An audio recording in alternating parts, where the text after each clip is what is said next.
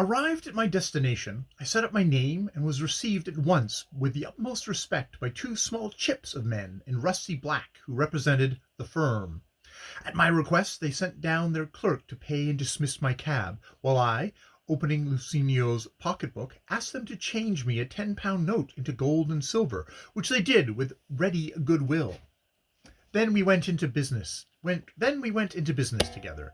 My deceased relative, whom I had never seen as far as I myself remembered, but who had seen me as a motherless baby in my nurse's arms, had left me everything he possessed unconditionally, including several rare collections of pictures, jewels, and curios.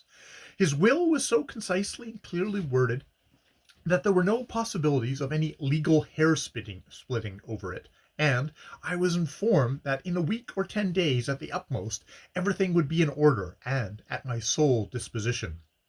"You're a very fortunate man, Mr. Tempest," said the senior partner, Mr. Bentham, as he folded up the last of the papers we had been looking through and put it by. "At your age, this princely inheritance may be either a great boon to you or a great curse. One never knows. The possession of such enormous wealth involves great responsibilities." I was amused at what I considered the impertinence of this mere servant of the law in presuming to moralize on my luck. "Many people would be glad to accept such responsibilities and change places with me," I said, with a flippant air. "You yourself, for example?" I knew this remark was not in good taste, but I made it wilfully, feeling that he had no business to preach to me as if it were on the responsibilities of wealth. He took no offense, however. He merely gave me an observant side glance, like that of some meditative crow. "No, Mr. Tempest, no," he said dryly. "I did not think I should be at all disposed to change places with you. I feel very well satisfied as I am. My brain is my bank, and brings me in quite sufficient interest to live upon, which is all that I desire. To be comfortable and pay one's way honestly is enough for me. I never envied the wealthy." "Mr. Bentham is a philosopher," interposed his partner, Mr. Ellis, smiling. "In our profession, Mr. Tempest, we see so many ups and downs of life that in watching the variable fortunes of our clients, we ourselves learn the lesson of content. It is a lesson that I have never mastered till now," I responded merrily. "But at the present moment I confess myself satisfied." They each gave me a formal little bow, and Mr. Bentham shook hands. "Business being concluded, allow me to congratulate you," he said politely. "Of course, if you should wish at any time to entrust your legal affairs to other hands, my partner and myself are perfectly willing to withdraw. Your deceased relative had the highest confidence in us, as have I also, I assure you," I interrupted quickly. "Pray, do me the favor to continue managing things for me as you did my relative, and be assured of my gratitude in advance." Both little men bowed again, and this time Mr. Ellis shook hands. "We shall do our best for you, Mr. Tempest, shall we not, Mr. Bentham?" Bentham nodded gravely. "And now, what do you say? Shall we mention it, Bentham, or shall we not mention it?" "Perhaps," responded Bentham sententiously, "it would be as well to mention it." I glanced from one to the other, not understanding what they meant. Mr. Ellis rubbed his hands and smiled deprecatingly. "The fact is, Mr. Tempest, your deceased relative had one very curious idea. He was a shrewd man, and a clever one, but he certainly had one very curious idea, and perhaps if he'd followed it up to any extent, it might have landed him in a lunatic asylum, and prevented his disposing of his extensive fortune in the very just and reasonable manner he has done. Happily for himself and for you, he did not follow it up, and to the last he retained his admirable business qualities and high sense of rectitude. But I do not think he ever quite dispossessed himself of the idea itself, did he, Bentham?" Bentham gazed meditatively at the round black mark of the gas burner where it darkened the ceiling. "I think not. No, I think not," he answered. "I believe he was perfectly convinced of it." "And what was it?" I asked, getting impatient. "Did he want to bring out some patent, a new notion for a flying machine, and get rid of his money in that way?" No, said Mr. Ellis laughed. And Mr. Ellis laughed a soft, pleasant little laugh over my suggestion. No, my dear sir, nothing of a purely mechanical or commercial turn captivated his imagination. He was yes, I think I may say too profoundly opposed to what is called progress in the world to aid it by any new invention or other means whatever. You see, it is a little awkward for me to explain to you what really seems to be the most absurd and fantastic notion. But to begin with, we shall never really knew how he made his money, did we, Bentham? Bentham shook his head and pursed his lips closely together. We had to take charge of large sums and advise as to investments and other matters, but it was not our business to inquire where the cash came from in the first place, was it, Bentham? Again Bentham shook his head solemnly. We were entrusted with it, went on his partner, pressing the tips of his fingers together caressingly as he spoke, and we did the best to fulfill that trust with discretion and fidelity. And it is only after we had been for many years connected in business that our client mentioned his idea, a most erratic and extraordinary one, which was briefly this: that he sold himself to the devil, and that his large fortune was one result of the bargain. I burst out laughing heartily. What a ridiculous notion! I exclaimed. Poor man! A weak spot in his brain somewhere, evidently. Or perhaps he used the expression as a mere figure of speech? I think not, responded Mr. Ellis, half interrogatively, still caressing his fingers. I think our client did not use the phrase sold to the devil as a figure of speech merely, Mr. Bentham. I am positive he did not, said Bentham, seriously. He spoke of the bargain as an actual and accomplished fact. I laughed again, with a trifle less boisterousness.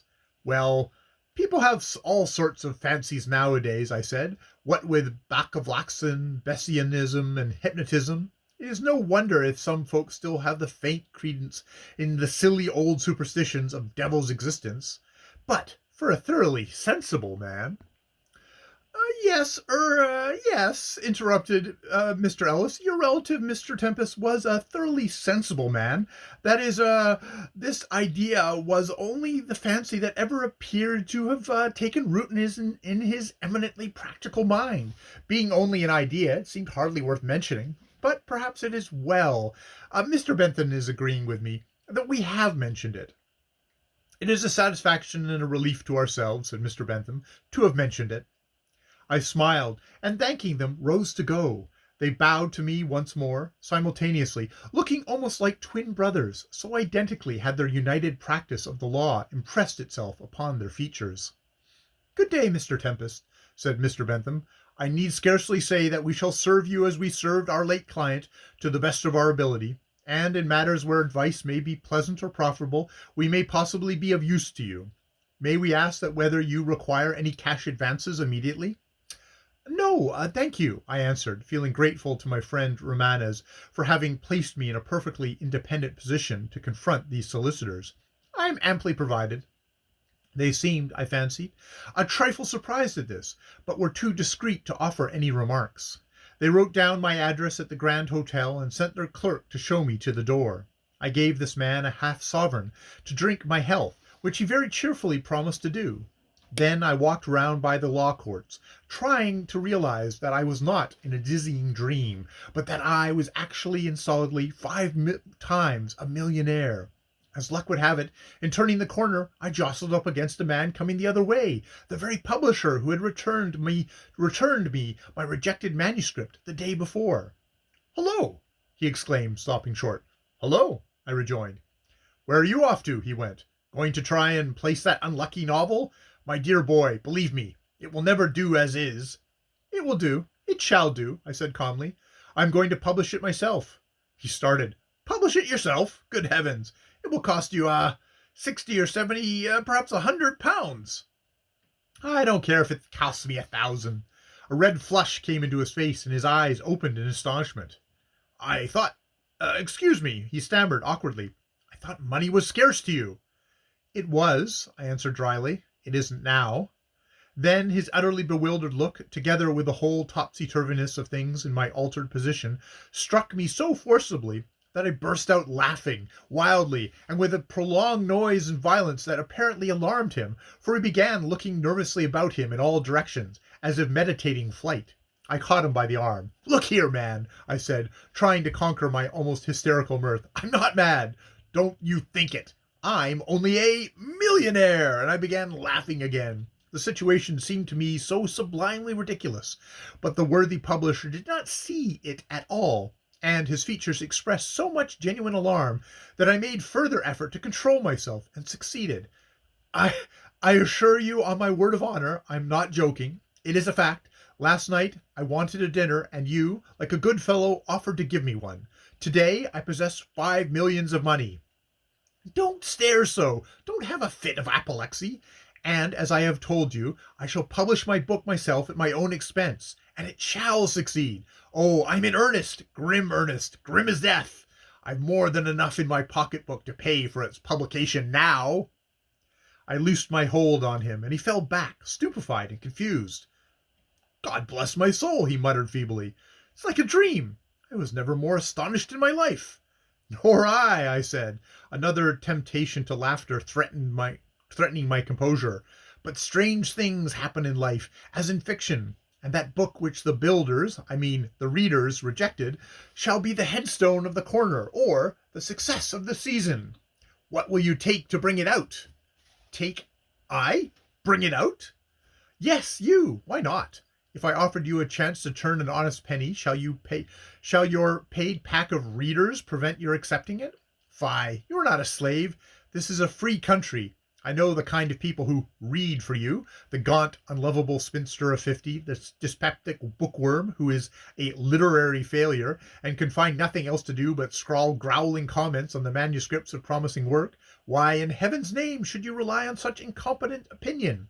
I'll pay you for the publication of my book at as stiff a price as you choose, and something over for goodwill. And I guarantee you another thing. It shall not only make my name as an author, but yours as a publisher. I'll advertise royally. I'll work the press, everything in this world that can be done for money." Stop, he interrupted. "This is so sudden. You must let me think of it. You must give me time to consider." "Take a day for your meditations then," I said, "but no longer, for if you don't say yes, I'll get another man, and he'll have the big pickings instead of you. Be wise in time, my friend. Good day." He ran after me. "Stay, look here, you're so strange, so wild, so errant, you know. Your head seems quite turned." "It is, the right way around this time. Dear me," and he smiled benevolently. "Why don't you give me a chance to congratulate you? I really do, you know. I congratulate you sincerely." And he shook me by the hand quite fervently. "And as regards the book, I believe that there is really no fault found with it in the matter of literary style or quality. It was simply too transcendental, and unlikely, therefore, to suit the public taste. The domestic iniquity line is what we find pays best at present. But I will think about it. Where will the letter find you?" "Grand Hotel," I responded, inwardly amused at his puzzled, anxious expression. I knew he was already mentally calculating how much he could make out of me in the pursuit of my literary whim.